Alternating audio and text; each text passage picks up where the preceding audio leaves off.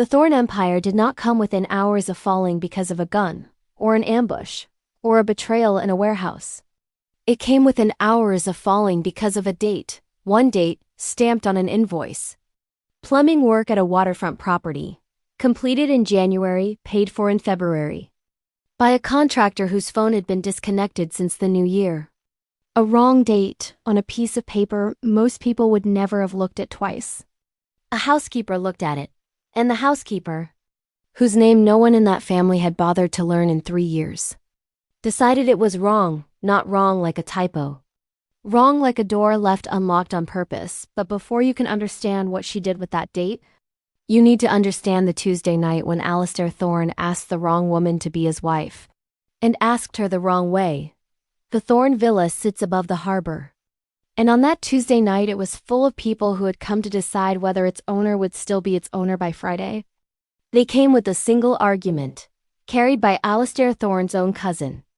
Julian Thorne had grown up in the same house, slept in the same nursery, stood beside Alistair at their father's funeral, and now he moved through the senior relatives like a man taking attendance. Alistair had refused the Ashford alliance. He had declined Genevieve Ashford's hand, weakened the family's political position, and handed their rivals a reason to whisper that the Thornes were divided. Unless Alistair could prove he already had a woman beside him, suitable, presentable, chosen, Julian would call for a vote. And votes in that family had a way of going the way of the man who had prepared them. Alistair Thorne, at 42, had spent his life making rooms obey him. He was not accustomed to being cornered in his own library. With his cousin leaning back in a chair and smiling like a man watching a clock, he'd wound himself. Produce a fiancé, cousin, or produce your resignation. And then the door opened. And the coffee service came in, and Alistair Thorne saw the solution to his problem walking toward him carrying a tray. Her name was Cora Bishop. She had worked in his house for 3 years. Moving through it the way weather moves through a town. Noticed, briefly, and never examined. She knew which guests took sugar and which relatives lied about arriving late. She knew which bills needed signatures. She knew which conversations stopped whenever she entered a room, which was most of them. Because that is what happens when people decide a woman carrying a tray has no ears. Perfect, Alistair said. He straightened. And for a moment he was the man everyone feared again. Cora, I need a wife right now, come with me. The room settled into triumph. This was the Alistair they knew. He gave an order and the world moved. The housekeeper would put the tray down and follow. And the crisis would be papered over until the vote. Cora didn't move. If you need a servant, she said, give me an order. A silence like struck glass went through the library. Julian's smile widened, a shark smelling blood and water. If you need a wife. Cora set the tray down with the care of a woman doing something irreversible. Ask me. Julian laughed. Apparently even the staff have stopped listening to you. Cora didn't look at him. She looked only at Alistair, and her voice was calm, which made it far worse than shouting would have been. You ask me to pretend to be your wife in front of people who already think I'm beneath them. If I walk in there because you ordered me to, they'll be right about one thing, which is... Alistair's voice had gone flat in the way that usually emptied rooms. That I'm still your servant. Genevieve Ashford, present. Of course she was present. Watching her own rejection play out like a woman reading a review of her performance. Gave a small, perfect laugh.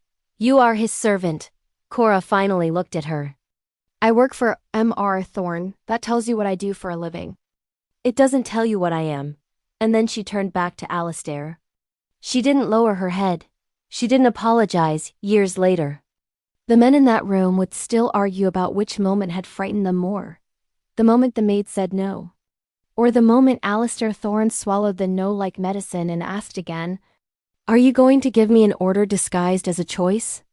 Cora asked, No, Alistair said slowly, and then, to the astonishment of everyone in the room, the most powerful man in the city changed his voice. It was not a performance. It was the sound of a man trying on a word he'd never once needed. Cora Bishop, he said, I need your help. Will you stand beside me tonight as my fiancée? For as long as it takes to settle this challenge? Cora studied him. Not the crime lord, the man standing in front of his own failure to command. For the first time in his life asking, "Then I have conditions." Julian actually laughed. Conditions. Cora ignored him as though he had not spoken. I won't lie about who I am. If someone asks whether I work in this house, I won't deny it. You don't speak for me unless we've agreed beforehand. You don't touch me for appearances without my permission, and when this is over, I leave owing you nothing. Alistair held her gaze for a long moment. You're negotiating with me. You asked for a wife, Cora said. Not an employee. Something that was almost a smile crossed his face. Agreed. And later that night, long after the relatives had poured out into their cars, Julian Thorne stood on the terrace with his hands in his pockets, watching the light in the library window where the maid and the boss were still talking, and felt, for the first time, the faint coldness of a plan beginning to turn by the following evening. Half the family had heard that Alistair Thorne was engaged. The other half had heard something far more interesting. He was engaged to his housekeeper. Cora discovered exactly what that meant when she entered the Thorne dining room the next evening on Alistair's arm and watched conversations die one by one. She had served half these people. Some had handed her empty glasses without looking at her. Others had discussed their private affairs in front of her, because they assumed a woman carrying a tray couldn't possibly understand them. Now those same people were staring at her as though she'd grown a second head between courses. Nervous? Alistair murmured. Yes, he glanced at her, surprised by the admission. Nervous doesn't mean I'm going to run, Cora said, before he could answer. Genevieve Ashford detached herself from a cluster of relatives and glided over. Her smile polished enough to look gracious from across the room. Cora. What an extraordinary transformation. Cora looked down at herself. I changed my dress. Genevieve's smile tightened. I meant your circumstances. My circumstances haven't changed.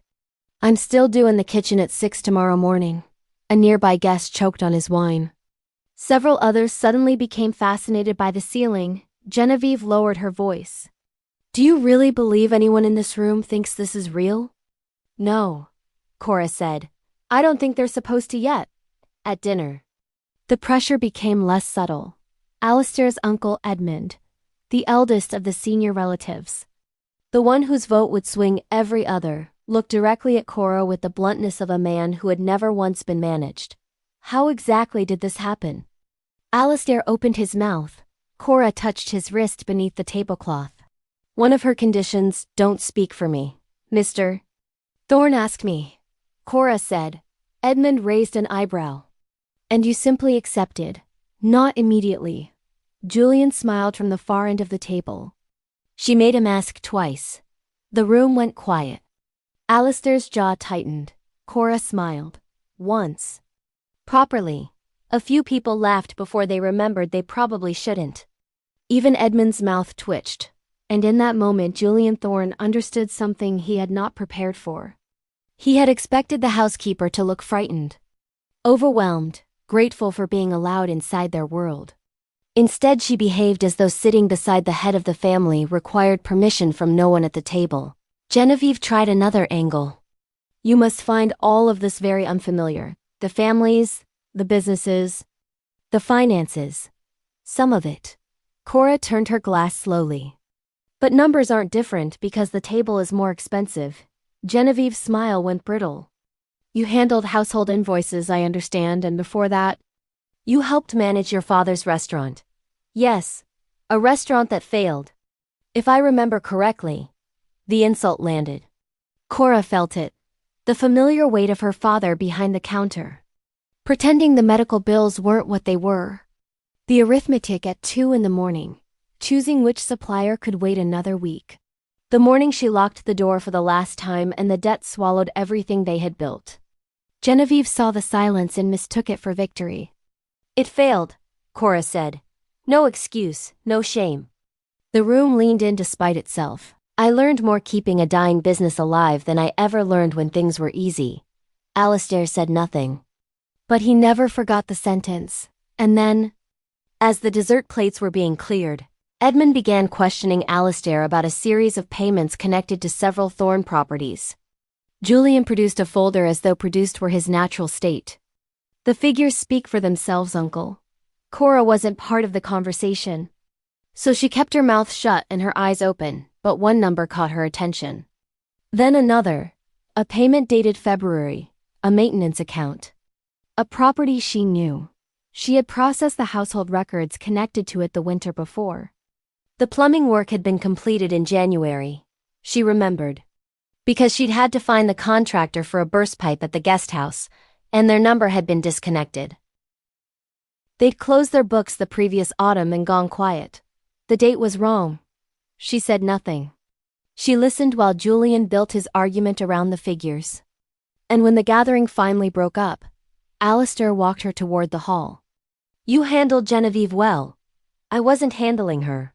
What were you doing? Not letting her decide whether I should be ashamed of myself. Alistair studied her for a moment, then, do you trust Julian's numbers? His expression changed immediately. Why? Cora looked back toward the dining room. Because I don't think you should. He did not ask another question until they were alone in his study with the door closed. Tell me. I said something's wrong. I didn't say I know what it is. That's a careful distinction. It's an important one. Cora crossed to the desk where Julian's documents had been left. Show me. She found the February payment. This property, the Harbor Light Building. I processed several household invoices for it last winter. The plumbing work was done in January. That could be an accounting delay. It could. She ran her finger down the page. But this payment, supposedly to the same contractor, 6 weeks later. That contractor had already closed, I know. Because I called them when your guest house flooded. And their line was dead. Alistair reached for his phone. Cora put her hand over it. If Julian altered these records. Calling people before we understand the pattern tells him you're looking. He looked at her hand on his. And then at her. Most people around him reacted to his problems by asking what he wanted done. Cora had just told him not to do something. Again. There are 3 possibilities, she said. The records are legitimate and I'm remembering wrong. Someone made an accounting mistake. Or somebody wants these numbers to tell a story they don't actually tell. And which do you believe? I don't believe any of them yet.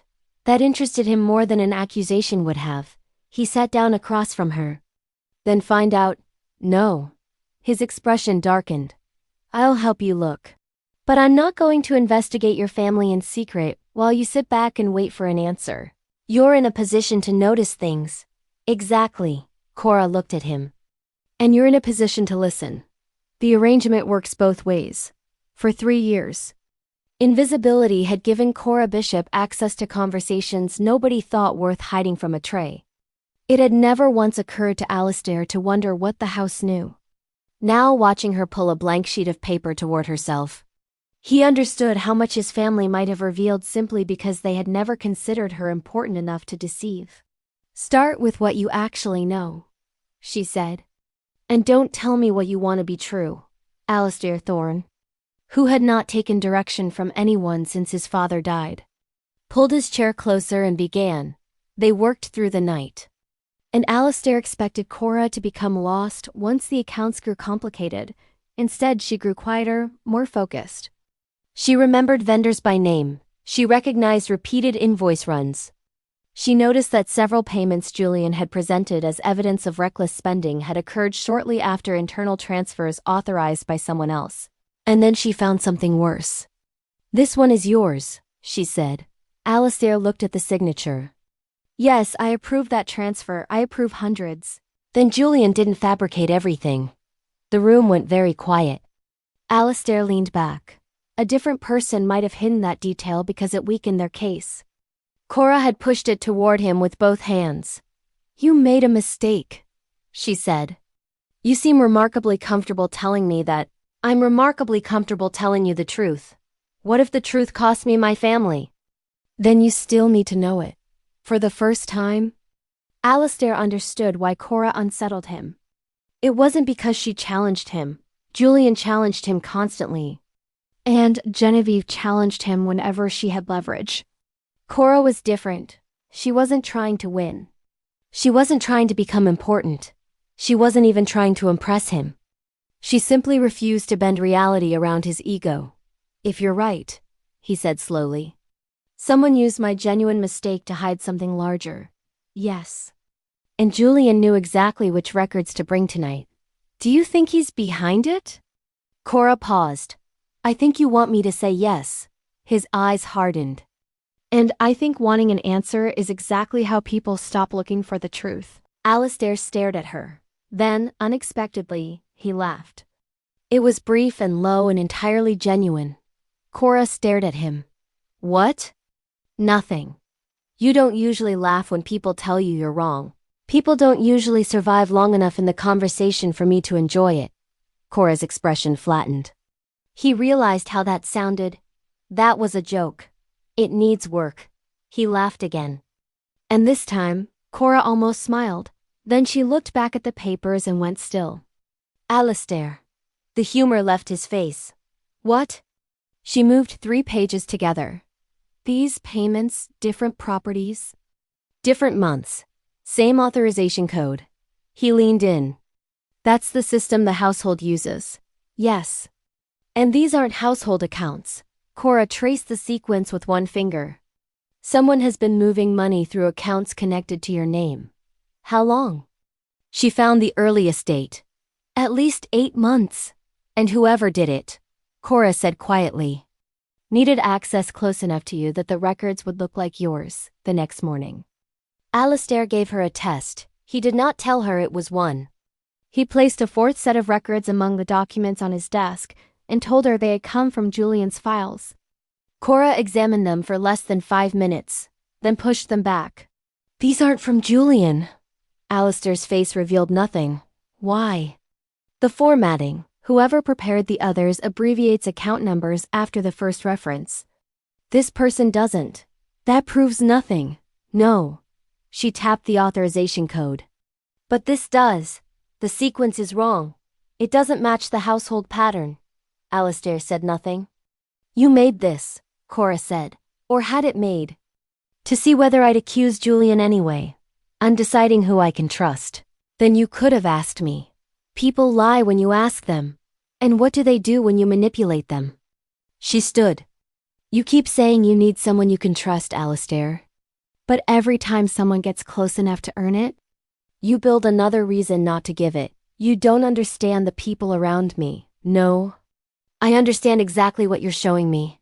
She moved toward the door. Cora. She stopped. He could have ordered her back. The instinct came up from his bones. And he swallowed it.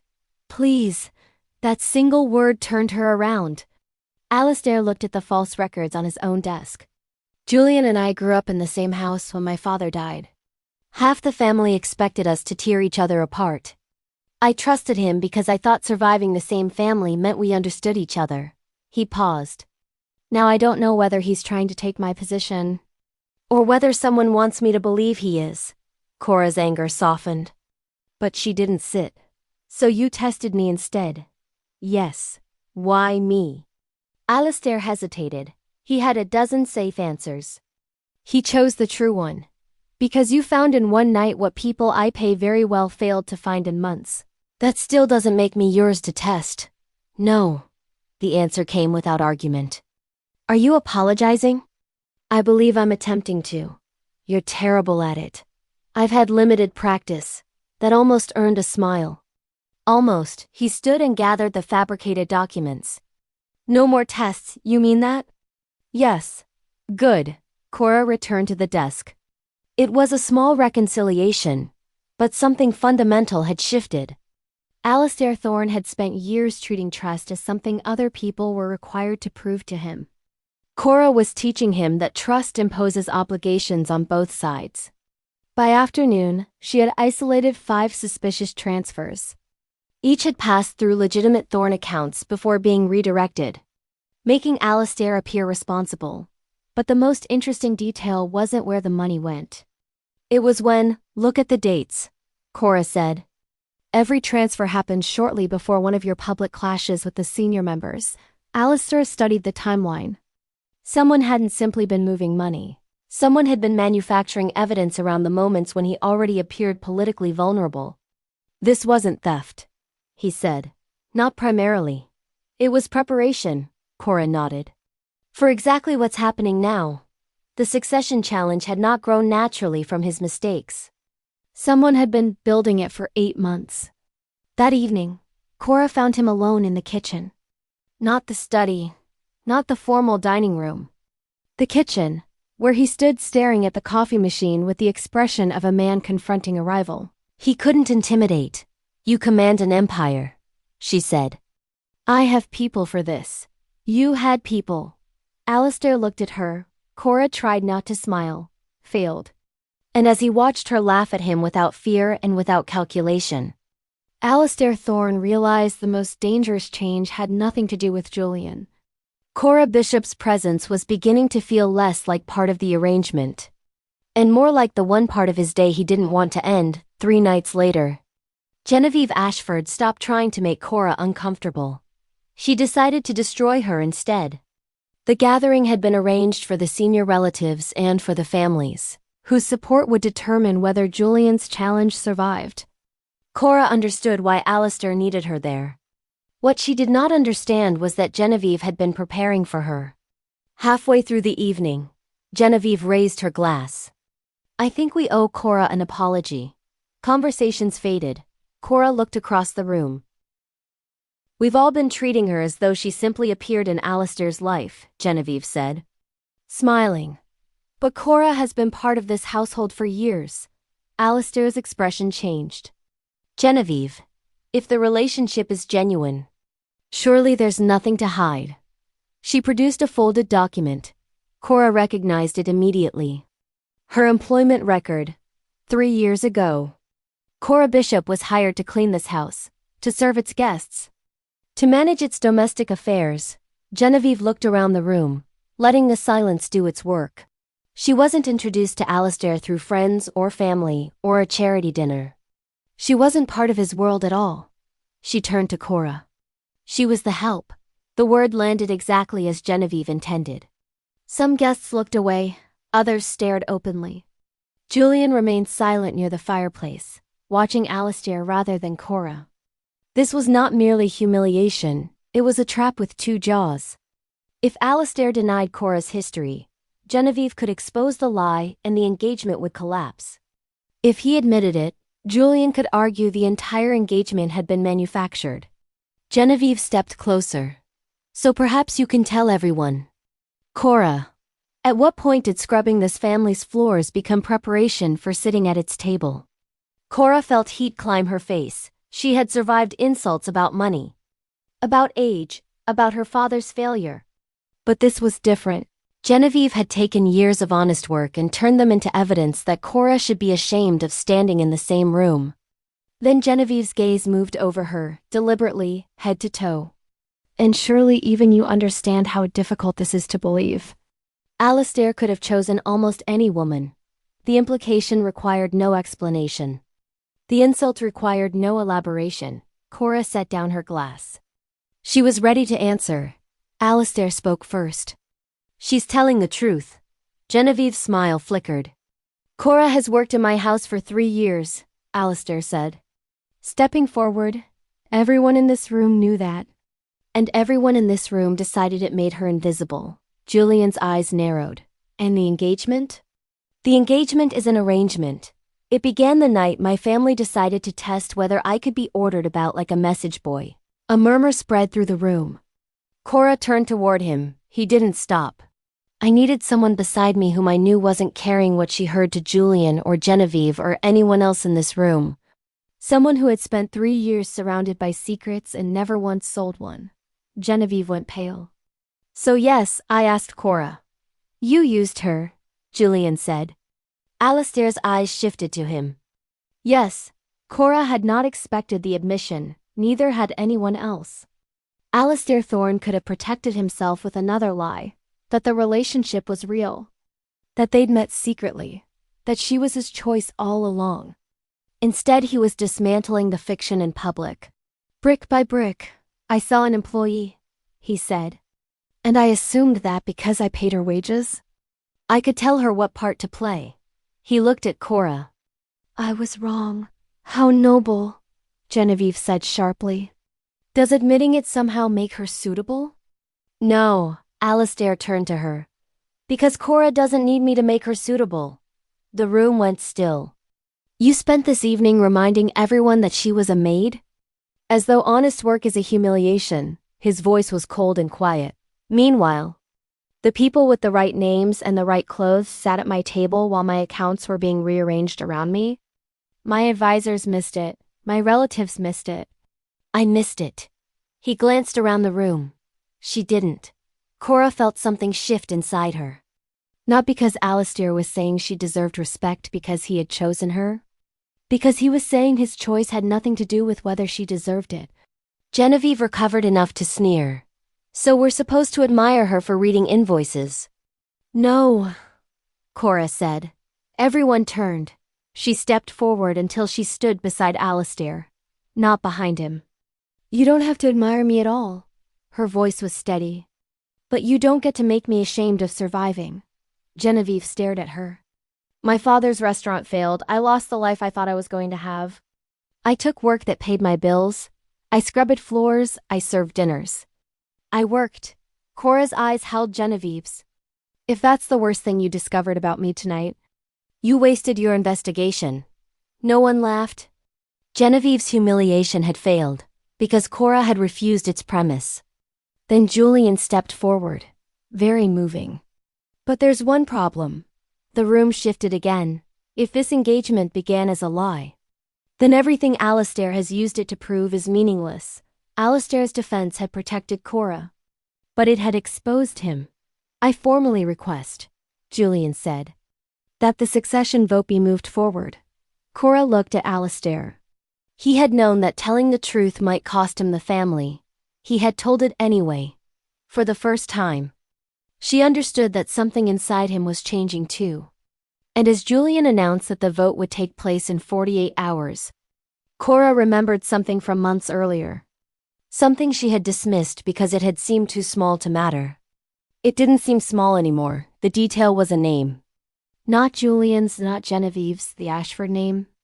Months before anyone had questioned Alistair's leadership, Cora had been asked to forward a package of household statements to the Ashford office. It had seemed routine at the time. Marriage negotiations, paperwork that moved between dynasties the way weather moved between countries. Now she remembered something else. The request had not come through Alistair's office. It had come through Julian's. She found Alistair in his study after midnight. The Ashfords had more than financial summaries, she said. He looked up immediately. What? Last November, Cora said.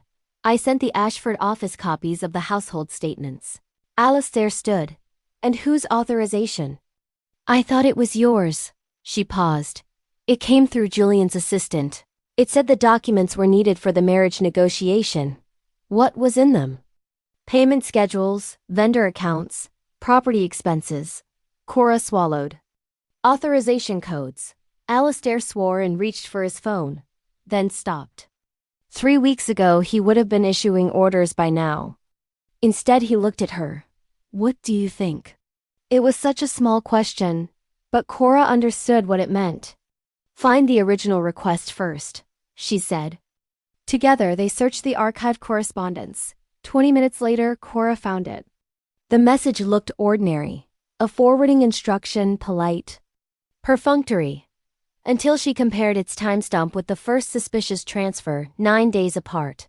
9 days, she said. The Ashfords had the records 9 days before the money started moving. That doesn't prove they used them. No. But it proves they had them. Cora looked at the screen. And it proves Julian gave them. What emerged over the next hours was not one dramatic piece of evidence, but a pattern, patient and interlocking. Julian's office requested information.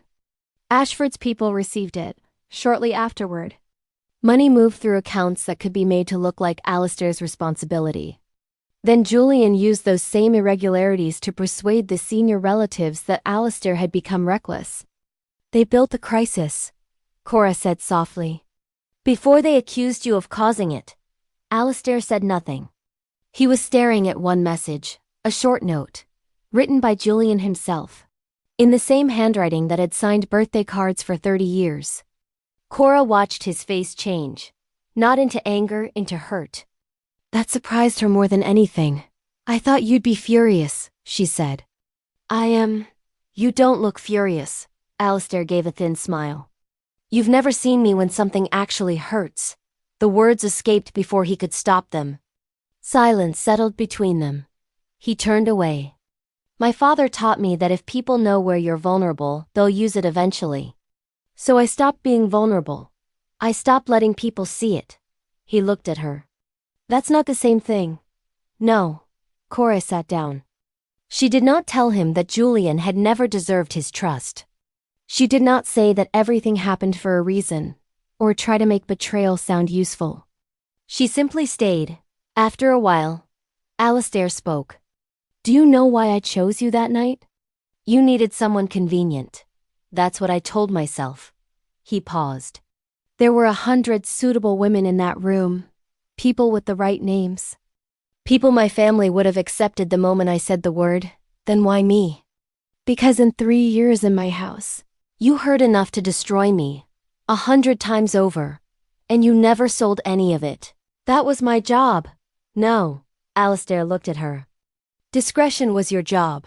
Integrity was a choice. The distance between them suddenly felt smaller. Cora looked away first. This is still fake. I know. And when the vote is over? The agreement ends. I know. Neither of them sounded pleased by it. Alistair moved closer, then stopped before touching her. Cora noticed that too. He waited. This time she closed part of the distance herself. Not enough for a kiss, enough to make the possibility real. Then Alistair's phone rang. Julian, he answered. His cousin's voice was calm on the other end of the line. Tomorrow, 10 in the morning. The senior members have agreed. The vote was supposed to be the following evening. Plans had changed. And Alistair? Julian's voice was almost warm. Bring your fiancé. I think everyone deserves to hear exactly how this little romance began. The call ended. Cora felt the trap close. He knows some of it, she said. If he exposes the arrangement before we can prove the manipulation, he wins. Alistair looked at the evidence on the desk. They had a pattern, access, timing. But not the piece that connected Julian directly to the forged. Transactions. Cora returned to the records. Then we're missing something. You've been awake for 20 hours. And the vote is in 9. She looked at him. You don't have to save me, Alistair said. There it was, not an order, not an expectation, a choice. I'm not doing this because you're Alistair Thorne, Cora said. I'm doing it because Julian used people who trusted him. And because the truth matters. I know. She sat down again. He took the chair beside her just before dawn. Cora found the mistake Julian had never expected anyone to notice. One authorization number. Appearing twice. The same code. Different transactions. Different dates. That was impossible. Authorization numbers were generated once and never reused. The household system had been designed that way precisely so the paper trail could never lie. And the second transaction had been entered from an account that did not belong to Alistair. Cora traced the access record to its source. Then she stopped breathing. Alistair saw her face. What is it? She turned the screen toward him. The duplicate authorization had been entered through an administrative profile registered to Julian Thorne's office. For 8 months, Julian had been building a case against Alistair. Layer by layer, patient as water now, with hours left before the vote. He had finally left behind the one thing he could not explain away. A signature, a code. His own name in the ledger of his own crime, at 10 o'clock. Julian Thorne walked into the family meeting believing Alistair had already lost. The senior Thornes were waiting. Genevieve Ashford sat near Julian, composed and confident. Dressed as though the day belonged to her. Cora entered beside Alistair. This time no one laughed. Julian rose. Before we vote, everyone deserves the truth. Alistair's engagement was fabricated. Cora Bishop was his maid. And he used her to manufacture the appearance of stability while hiding financial failures. Alistair said nothing. You're not denying it? No. A murmur moved around the table. The engagement began as an arrangement, Alistair said. I've already admitted that. Julian turned to the others. Then there is nothing left to discuss. Yes. There is, Cora said. Julian looked at her. Cora placed the documents on the table. One by one, in the order they had happened. You showed this family transfers you claimed proved Alistair was mismanaging Thorn accounts. They do. No. They were designed to look like they do. She walked them through the sequence. The household statements sent to the Ashford office, the suspicious transfers that followed. 9 days later, the timing of Julian's accusations. Always arriving just after the money had been made to look like Alistair's fault, Julian dismissed it with a wave. Circumstantial. I thought you'd say that. Cora placed the final page down. One authorization number used twice. Julian's expression changed. The second transaction was entered through an administrative profile registered to your office. Silence. Anyone in my office could have, then explain, Cora said. How the same authorization appears on the transaction you presented as Alistair's. Julian couldn't. Genevieve stood. This proves nothing about me. Cora looked at her. I didn't say it did. Genevieve froze. The mistake was immediate. Everyone heard it. The woman who had spent the evening accusing Cora of knowing her place had just told the room where she thought she stood. Alistair leaned back and let Cora continue. She did not accuse. She did not dramatize. She simply walked the family through the evidence until Julian's story could not survive its own contradictions. The same code, the profile in his office, the 9 days between the documents and the theft. The pattern of accusations arriving like clockwork after each transfer. By the time the vote was called, the challenge against Alistair had collapsed. Julian was no longer asking whether Alistair should lead. He was answering questions about himself. Hours later, Alistair and Cora stepped out of the meeting together. It was over. His position was secure, the manipulation had been exposed. Julian's betrayal had failed, and Alistair no longer needed a fiancé. Cora looked at him. So I suppose our agreement is finished. The victory disappeared from his face. For weeks, Alistair had fought to keep control of everything that carried the Thorn name. Only now did he understand that winning had created a problem he had never prepared for. There was no longer any reason for Cora Bishop to stay. She left the villa the next morning. She found him before she reached the door, standing in the hall with his hands in his pockets, looking like a man who had spent the night deciding what to say and had finally run out of time to practice it. Cora. She turned 3 weeks ago. He would have told her to stay. Now he knew better. He had learned, the hard way, in front of his whole family, the difference between owning someone's labor and earning someone's choice. I don't need a fiancé anymore, he said. I know. But I want you. Cora held his gaze. That's still not a question, Alistair.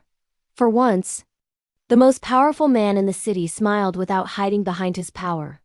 And then he asked, Cora Bishop, will you stay? Not because you work for me, not because my family needs a performance. Because you choose me.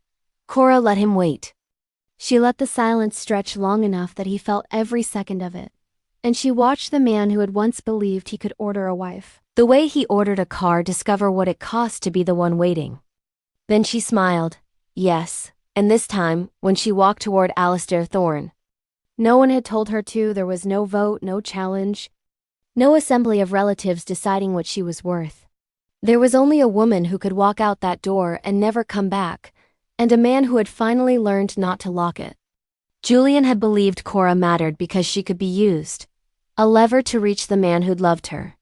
He never understood that her importance came from the opposite truth. Cora could not be owned. She could not be ordered into love. She could not be protected by being made small. She could leave. And that was precisely why her staying meant everything. Their first real date was never scheduled. There was no invoice for it, no authorization code. No date stamped beside a signature. It simply happened on an ordinary evening, a month after the vote. When Alistair Thorne asked, in his house, in the kitchen, with a coffee machine he still refused to surrender to, whether she'd like to go somewhere he didn't own. Cora considered it. Do you have a place in mind? I thought you might choose. It was, she would tell him years later, the first thing he'd ever said to her that sounded like freedom. They walked out of the villa together through the front door, both ways. Neither one of them following. The most feared name in the city. And the housekeeper everyone had overlooked. Learning at last the difference between a date that is wrong and a date that is chosen. A date is only wrong, Cora Bishop liked to say. When somebody else picked it for you, she picked all of hers herself from then on.